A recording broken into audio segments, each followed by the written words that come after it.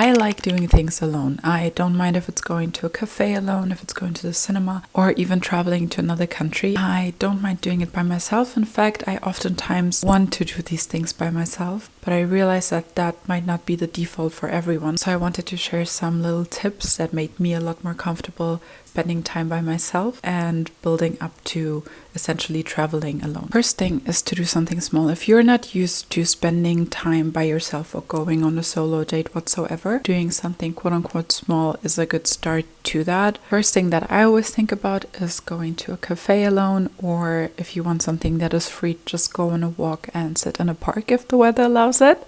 Ideally, that's not something that's very, very far out of your comfort zone. If you like going to cafes with your friends all the time, try doing it alone. The second thing is bringing your headphones and listening to either a podcast, a video essay, or an audiobook. And I preferred those things over music because when I'm feeling a little nervous to do something, it helps me to take my mind off of being nervous and focusing on the story or what's being said in the video or in the podcast rather than overthinking what other people might be thinking, if that's something that you get worried about.